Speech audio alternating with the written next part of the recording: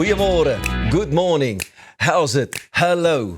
Ons is hier, ons is reg. Jy moet ons 'n kans gee om ons stukkies ook Okay, te doen, hè? ek begin weer. Amper Ja. op sy einde en ons staan reg om hom op die regte manier af te sluit met 'n program daar in Morsika. Ag nee. Jy kon gesê het met 'n propvol program en Rosie aan ons sy. Is ons hier? Ja. Waar is jy? Pragtig. Kan ek dis hy.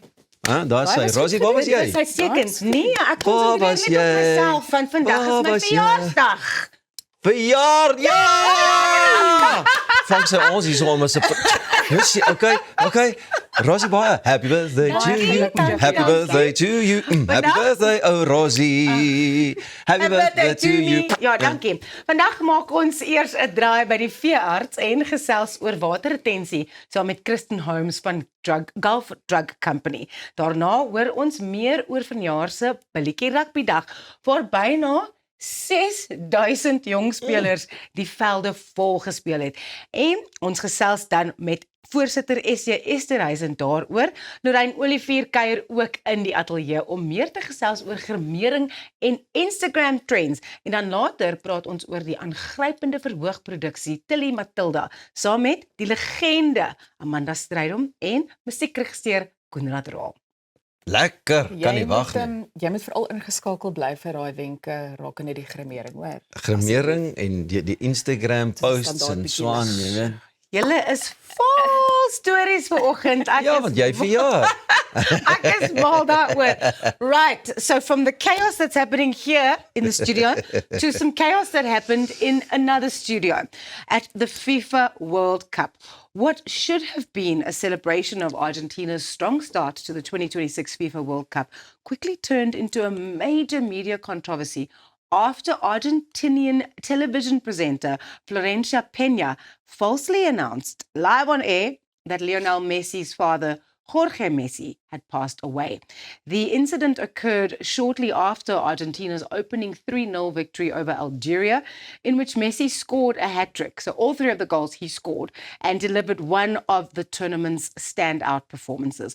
Following the match, Messi appeared emotional and mentioned that he'd been going through difficult days because of personal matters unrelated to football. These comments triggered widespread speculation online, and during a broadcast of El Show del Verano, Peña addressed the rumors and stated that Jorge Messi had suddenly passed away. She suggested the news could force Lionel Messi to leave the World Cup and potentially end Argentina's title defense. The claim spread rapidly across social media, causing confusion and concern among football fans worldwide. The Messi family was soon forced to issue a statement confirming that Jorge Messi, 68 years old, is alive and currently receiving treatment for an undisclosed medical condition. The family criticized the spread of unverified information and requested privacy during a difficult time. As the backlash intensified, Peña apologized publicly and announced her resignation from Luzu TV. She explained that the information had been provided to her during the live broadcast as a supposedly verified fact by members of the production team. However, she accepted responsibility for repeating the claim and stepping down from her role. The incident has reignited debate about media accountability, fact-checking, and the dangers of misinformation spreading during major global events. Hierdie storie is vir my net waar in die ketting het dit so skeef geloop Yep. dat iemand op regstreekse televisie iemand se dood kon aankondig en dan is dit eintlik heeltemal nie feitelik nie. Die hele produksiespan moet pak slaker, nie net die arme aanbieder moet nou I verantwoordelikheid agree with that. aanvaar. I think she's fallen on the sword a bit. Ja. And granted, I mean, but if someone's going to tell you this is a verified fact en hulle is in jou oor en hulle sê dit vir jou, ons weet hoe dit is. Ja. In 'n regstreekse uitsending. Dit is heavy pressure en goed wat aangaan om jou en hier kom die feit deur. Jy sê dit and it's your face and it's your mouth, it's you saying the words, you know. Wat kan 'n mens dan maak? Ek stem heeltemal saam met Ja. jou. Op die einde van die dag, jy weet, dink ek leef ons in 'n wêreld waar almal so graag net eerste wil wees, jy weet, om die inligting te deel. Ja. En ek dink daar is 'n groot verantwoordelikheid wat daarmee saamkom. Absoluut. So, maar weer eens, jy weet nie om op te kom vir enige iemand nie, maar wat maak jy as jy daai inligting gevoer word in jou oor? Ons glo die produksiespan en veral ook jou regisseur. As jou regisseur in Ja. jou oor vir jou sê, okay, it has been verified. My vraag is net, wat doen julle in ons huidige situasie as jy ietsie sien deesdae? Ons kom weer terug by die gesprekke van KI en. Maar jy kry mos baie keer 'n bekende persoonlikheid is siek of dit. Kyk jy eers, sien jy of dit 'n thread is of hoe hulle dit ook al noem. Hoe gaan soek jy die feite om seker te maak of dit die waarheid is? In ons geval, en ek dink dis presies wat daai mense moet doen. Die een sê dis die waarheid, die ander een sê nee, okay, we can't verify this yet. Dan moet ons 'n statement iewers uitgereik word. I think I generally, if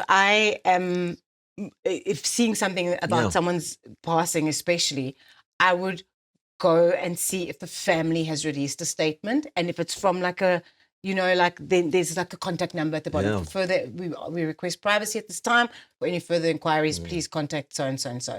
And if you know that it's come from the brother or from the person that's been their long-time publicist or Baie meer something like that, geloofwaardig. then I would believe it. But jy's so reg, Pieter, in hierdie hedendaagse lewe, wat glo jy? Ja. En ek dink veral met nuus, jy weet vir my gaan dit altyd, ek dink daar is sommige bronne is meer betroubaar as ander. Dit weet ons ook nou al teen die tyd. Ja. So ja, ek dink soos wat jy sê familie of 'n mediaverklaring, 'n amptelike mediaverklaring. Ja. Dit is al waarmee 'n mens werklik kan werk, maar die mense doen nie noodwendig daai moeite nie. Hulle doen dit nie. Ek onthou, ek was op die lig, ek het nog 'n nuusprogram aangebied op 'n ander kanaal en ek was op die lig toe die rugbylegende Chester Williams oorlede is.